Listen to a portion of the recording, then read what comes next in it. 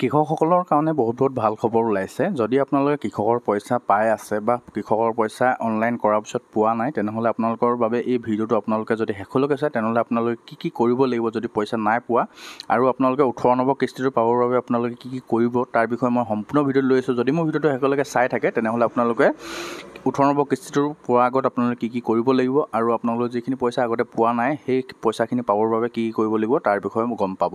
যদি মোৰ চেনেললৈ নতুনকৈ আহে, চেনেলটো ছাবস্ক্ৰাইব কৰি ৰাখিব। ভিডিঅ'টো ভাল লাগিলে লাইক কমেণ্ট শ্বেয়াৰ কৰিবই নাপাহৰিব।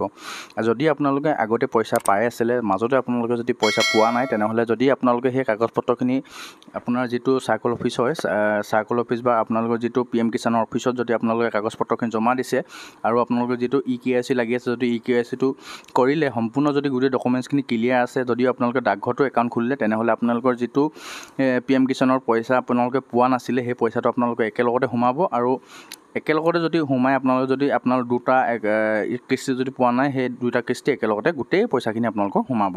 তো আৰু যিখিনি পইচা 18 নম্বৰ কিস্তি মানুহে পাব এতিয়া, আগতে ৰেগুলাৰ সোমাই থকা মানুহখিনিৰ বাবে আপোনালোকে যদি 18 নম্বৰ কিস্তিটো পোৱাৰ আগত আপোনালোকে যিখিনি EKYC প্ৰব্লেম আছিলে, যিখিনি EKYC কিছুমানৰ ৰেকৰ্ড নট ফাউণ্ড হৈ থাকে বা কিছুমানৰ যিটো EKYC প্ৰব্লেমটো থাকে, সেই EKYC প্ৰব্লেমটো আপোনালোকে নিজৰ মোবাইলৰ সেৱাত বা আপোনালোকে ওচৰৰ যিকোনো CSC চেণ্টাৰত গৈ পিনি আপোনালোকে EKYCটো সম্পূৰ্ণকৈ কৰি ল'ব। নহ'লে আপোনালোকৰ যিটো 18 নম্বৰ কিস্তি আছে, সেই কিস্তিটো নাপাব। আৰু যিখিনি মানুহৰ ৰেকৰ্ড নট ফাউণ্ড হৈ আছে, সেই ৰেকৰ্ড নট ফাউণ্ড হৈ থকা মানুহখিনি অফিচত গৈ আপোনালোকে যদি কাগজ পত্ৰখিনি জমা দিয়ে, তেনেহ'লে আপোনালোকৰ যিটো ৰেকৰ্ড নট ফাউণ্ড অপশ্যনটো আপোনালোকৰ নাইকিয়া হৈ যাব।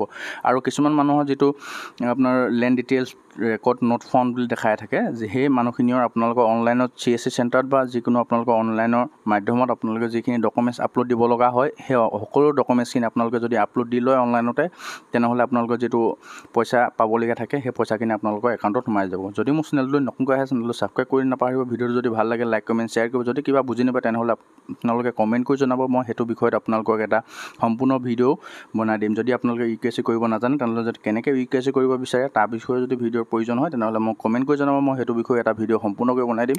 আৰু যিখিনি মানুহৰ ৰেকৰ্ড নট ফাউণ্ড হৈছে, তেখেতলোকে কি কৰিব তাৰ বিষয়ে যদি ভিডিঅ'ৰ প্ৰয়োজন হয়, তেনেহ'লে মোক কমেণ্ট কৰি জনাব। মই সেইটো বিষয়ে এটা ভিডিঅ' প্ৰস্তুত কৰি আপোনালোকৰ মুখৰ আগলৈ আনি দিম। তো আজি ভিডিঅ' বিশেষ বনোৱাৰ উদ্দেশ্যটো এইটো আছিল। থেংক ইউ ফৰ ৱাচিং।